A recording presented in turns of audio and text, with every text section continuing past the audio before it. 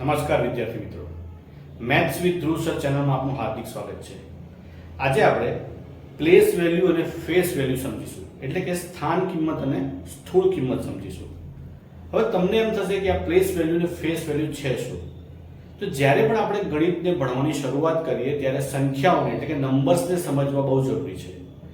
નંબર્સમાં આવેલા દરેક અંક તે કયા સ્થાને છે, એટલે કે નંબર તેના કયા પ્લેસ પર છે તે આપણે સમજવું ખૂબ જ જરૂરી થઈ જાય છે.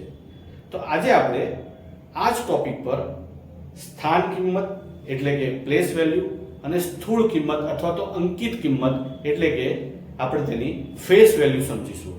તો આવો આપણે ડિટેલમાં સમજીએ. સૌથી પહેલા આપણે સ્થાન કિંમત એટલે કે પ્લેસ વેલ્યુ સમજવાની કોશિશ કરીએ.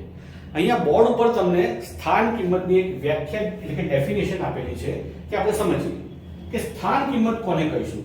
તો સ્થાન કિંમત એટલે કોઈ પણ અંકની કિંમત તેના સ્થાનના આધારે નક્કી કરવામાં આવે છે તો તેને તે અંકની સ્થાન કિંમત કહે છે.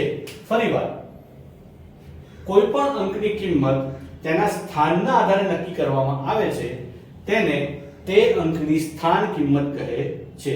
આપણે ઇંગ્લિશમાં સમજીએ તો what is the place value? તો પ્લેસ વેલ્યુ એટલે value of a digit depending upon its place in a given number. આપણે એને સરળતાથી સમજવાની કોશિશ કરીએ તો એક સંખ્યા તમને કોઈ આપેલી છે, નંબર આપેલો છે, તેમાં ઘણા બધા અંક રહેલા છે. હવે એ અંકની સ્થાન કિંમત કોના પર રહેલી છે? તે એ અંકની સ્થાન કિંમત તે જે તમને સંખ્યા આપી છે તેમાં તે અંક કઈ જગ્યા પર છે તેના પર તેની સ્થાન કિંમતનો આધાર રહેલો છે. ઇંગ્લિશમાં કહું તો એક નંબર જે છે તેમાં જે ડિજિટ આવેલા છે એ ડિજિટની પ્લેસ વેલ્યુ કોના પર આધાર રાખે છે? એ ડિજિટની પ્લેસ વેલ્યુ તે નંબરમાં તે ડિજિટ કયા સ્થાન પર છે તેના પર આધાર રાખે છે. તમને અઘરું લાગતું છે સમજવામાં, આપણે એને એક ઉદાહરણ દ્વારા સમજીશું, તમને આસાનીથી સમજાઈ જશે. અહીંયા એક ઉદાહરણ આપેલું છે 4253 એટલે કે 4253 એક સંખ્યા આપેલી છે. આ સંખ્યામાં જે 3 છે તે એકમના સ્થાને છે, એટલે આપણે ઇંગ્લિશમાં કહીએ તો યુનિટ પ્લેસ અથવા તો વંશના પ્લેસ પર છે. તે પછી 5 છે તે દશક એટલે કે ટેન્સના સ્થાને છે. 2 છે તે 100 એટલે કે હંડ્રેડ્સના સ્થાને છે. 4 છે તે 1000 એટલે કે થાઉઝન્ડના સ્થાને છે.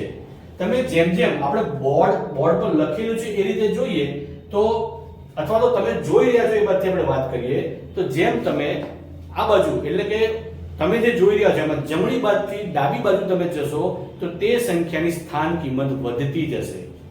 જો 3 છે એકમના સ્થાને, 5 છે દશકના સ્થાને, 2 છે 100ના સ્થાને અને 4 છે તે 1000ના સ્થાને. હવે 3 ની સ્થાન કિંમત આપણે કેવી રીતે નક્કી કરીશું? તો 3 કયા પ્લેસ પર છે? એકમના સ્થાને. એની વેલ્યુ એટલે એની કિંમત કેટલી છે? 1. તો 3 ની સ્થાન કિંમત 3 ગુણ્યા 1 બરાબર 3 આવશે. તે જ રીતે 5 ની પ્લેસ વેલ્યુ એટલે 5 ની સ્થાન કિંમત કેટલી થશે? તો 5 ક્યાં છે? દશકના સ્થાને છે. તેની કિંમત કેટલી છે? 10. તો 5 ની સ્થાન કિંમત બરાબર 5 ગુણ્યા 10 બરાબર 50 થશે. તે જ રીતે 2 કયા સ્થાન પર છે? 100 ના સ્થાન પર છે. તેને આપણે 100 વડે દર્શાવીશું. તો 2 ની સ્થાન કિંમત શોધવા માટે 2 ગુણ્યા 100 બરાબર 200 કરશો એટલે 2 ની સ્થાન કિંમત આપણને મળી જશે. તે રીતે 4 ની સ્થાન કિંમત શોધવી હોય તો 4 જોવું પડે કે કયા સ્થાન પર છે? 4000 ના સ્થાન પર છે. એટલે કે 4 ની સ્થાન કિંમત બરાબર 4 ગુણ્યા 1000 બરાબર 4000. જો તમને સ્થાન કિંમત પરફેક્ટ આવડી જશે તો તમે દરેક સંખ્યાને તમે શબ્દોમાં પણ લખી શકશો, એટલે કે નંબર ટુ વર્ડ કન્વર્ઝન પણ તમે કરી શકશો. અહીંયા 4 2 5 3 જે સંખ્યા આપી છે તેને શબ્દોમાં લખવી હોય તો આપણે અહીંયા જુઓ 4253 તરીકે આપણે લખી શકીએ.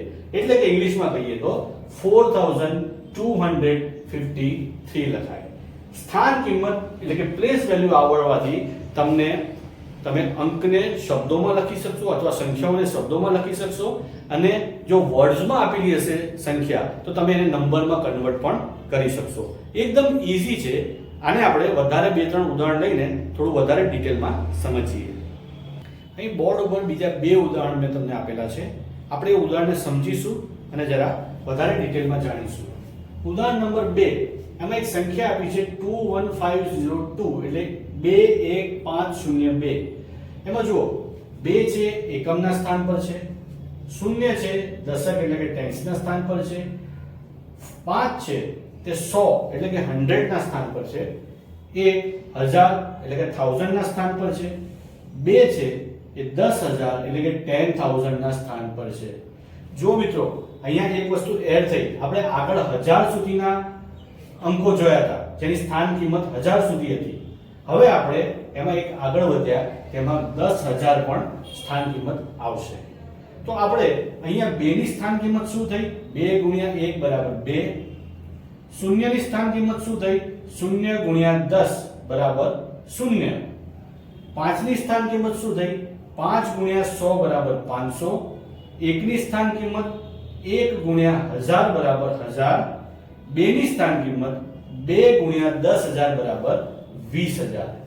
તો મિત્રો અહીંયા આપણે જે પ્રમાણે સંખ્યા આપી છે તેમાં જે અંક છે તે કયા સ્થાન પર છે તેની પર તેની સ્થાન કિંમત નક્કી થાય છે.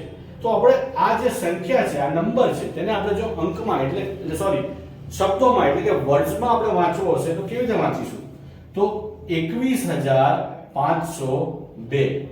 જો 21502. ઇંગ્લિશમાં વાંચીશું આપણે 21502. અહીંયા આપણે એક ઉદાહરણ નંબર 3 આપેલું છે. તેમાં પણ એક સંખ્યા આપેલી છે 4 5 5 6 2 3. જો તેમાં 3 છે એકમના સ્થાને છે, 2 છે એટલે કે દશક ટેન્સ ના સ્થાને છે, 6 છે તે 100 એટલે કે 100 ના સ્થાને છે, 5 એટલે કે 1000 1000 ના સ્થાને છે, 5 અગેન 10000 એટલે કે 10000 ના સ્થાને છે, 4 એ લાખ લાખના સ્થાન પર છે. તમે જુઓ અહીંયા એક લાખની સ્થાન કિંમત પણ અહીંયા એડ થઈ. અહીંયા 2 5 આપેલા છે એટલે તેમાં તમે ગફલત એટલે કે ભૂલ કરતા નહીં. એક છે 1000 ના સ્થાન પર છે અને બીજો 5 છે 10000 ના સ્થાન પર છે. હવે આપણે દરેકની સ્થાન કિંમત સમજીએ તો 3 ની સ્થાન કિંમત થશે 3 ગુણ્યા 1 કારણ કે તે એકમના સ્થાન પર છે એટલે 3 આવશે. હવે 2 જે દશકના સ્થાન પર છે તો 2 ની સ્થાન કિંમત થશે 2 ગુણ્યા 10 બરાબર 20.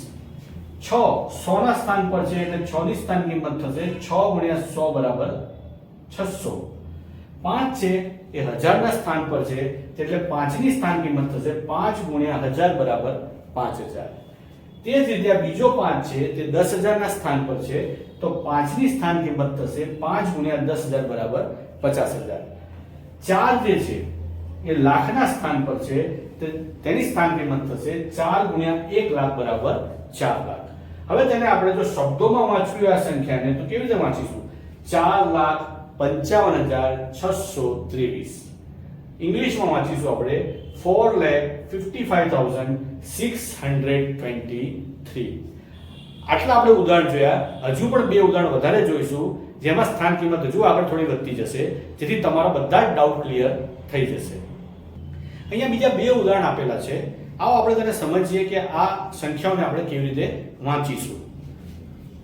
તો અહીંયા ઉદાહરણ નંબર 4 માં એક સંખ્યા છે 3621502.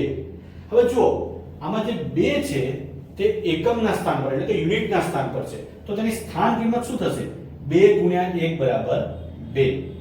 0 છે તે દશક એટલે કે ટેન્સના સ્થાન પર છે તો તેની સ્થાન કિંમત થશે 0 ગુણ્યા 10 બરાબર 0. 5 જે છે તે 100 ના સ્થાન પર છે તો તેની સ્થાન કિંમત થશે 5 ગુણ્યા 100 બરાબર 500. આગળ જઈએ. 1 ક્યાં છે? તો 1 છે 1000 ના સ્થાન પર તો 1 ની સ્થાન કિંમત થશે 1 ગુણ્યા 1000 બરાબર 1000. 2 છે તે 10000 ના સ્થાન પર એટલે કે 10000 ના સ્થાન પર છે તો 2 ની સ્થાન કિંમત થશે 2 ગુણ્યા 10000 એટલે કે 2 * 10000 એટલે કે 20000. 6 જે છે તે લાખના સ્થાન પર છે તો 6 ની સ્થાન કિંમત થશે 6 ગુણ્યા 1 લાખ બરાબર 6 લાખ. અને આમાં એક વસ્તુ વધી ગઈ, એક અંક વધી ગયો 3 જે 10 લાખના સ્થાન પર છે તો 3 ની સ્થાન કિંમત થશે 3 ગુણ્યા 10 લાખ બરાબર 30 લાખ. મિત્રો અહીંયા જગ્યા ઓછી પડી છે એટલે મેં એને શબ્દોમાં લખ્યું નથી, પણ જો આ સંખ્યાને આપણે શબ્દોમાં વાંચવી હોય તો કેવી રીતે વાંચીશું? તો આ સંખ્યાને શબ્દોમાં વાંચવી હશે તો આપણે વાંચીશું 36,21,502. ઇંગ્લિશમાં કહીએ તો 36,21,502. હવે આપણે બીજું એક ઉદાહરણ જોઈશું જે આપણે હવે બાજુમાં અમે ઉદાહરણ લખેલું છે ઓલરેડી. આપણે સમજીએ કે આ સંખ્યાને આપણે કેવી રીતે વાંચીશું. અહીંયા બીજું ઉદાહરણ છે, ઉદાહરણ નંબર 5. તેમાં એક સંખ્યા આપેલી છે. તે સંખ્યા છે 76455623. ફોન નંબર જેવું લાગ્યું ને? ફોન નંબર નથી, એક સંખ્યા છે, ઉદાહરણ તરીકે લીધેલી છે. તો 7645562 હવે આ સંખ્યામાં જુઓ 3 કયા સ્થાન પર છે? તો કે એકમ એટલે કે યુનિટના સ્થાન પર છે. તો 3 ની સ્થાન કિંમત પ્લેસ વેલ્યુ કેટલી થશે? 3. 2 છે એ દશકના સ્થાન પર છે એટલે કે ટેન્સના સ્થાન પર છે. તો 2 ની સ્થાન કિંમત કેટલી થશે? 20. 6 છે એ 100 ના સ્થાન પર છે એટલે કે 100 ની સ્થાન કિંમત એટલે કે પ્લેસ વેલ્યુ કેટલી થશે? 600. 5 છે એ 1000 ના સ્થાન પર છે તો 5 ની સ્થાન કિંમત એટલે કે પ્લેસ વેલ્યુ થશે 5000. બીજા 5 છે એ 10000 ના સ્થાન પર છે તો એ બીજા 5 ની સ્થાન કિંમત થશે 5 ગુણ્યા 10000 બરાબર 50000. તે પછી તમે જોઈ શકો છો 4 કયા સ્થાન પર છે? 4 છે લાખના સ્થાન પર. તો 4 ની સ્થાન કિંમત થશે 4 ગુણ્યા 1 લાખ બરાબર 4 લાખ. એ પછી જે 6 છે એ 10 લાખના સ્થાન પર છે તો 6 ની સ્થાન કિંમત કેટલી થશે? 6 ગુણ્યા 10 લાખ બરાબર 60 લાખ. હવે આમાં પાછું એક વધ્યું, 7 નો આંકડો આવ્યો. કયા સ્થાન પર છે 7? તો કરોડના સ્થાન પર છે. તો 7 ની સ્થાન કિંમત શું થશે? 7 ગુણ્યા 1 કરોડ બરાબર 7 કરોડ. હવે જો આપણે આ સંખ્યાને શબ્દોમાં વાંચવી હોય તો કેવી રીતે વાંચીશું? તો આ સંખ્યા વંચાશે 7,64,55,623. ઇંગ્લિશમાં વાંચવી હોય તો 7,64,65,623. મિત્રો એકદમ ઈઝી છે આ. તમે થોડી પ્રેક્ટિસ કરશો એટલે તમને ઈઝીલી આવડી જશે. પ્લેસ વેલ્યુ એકદમ ઈઝીલી આવડી જશે.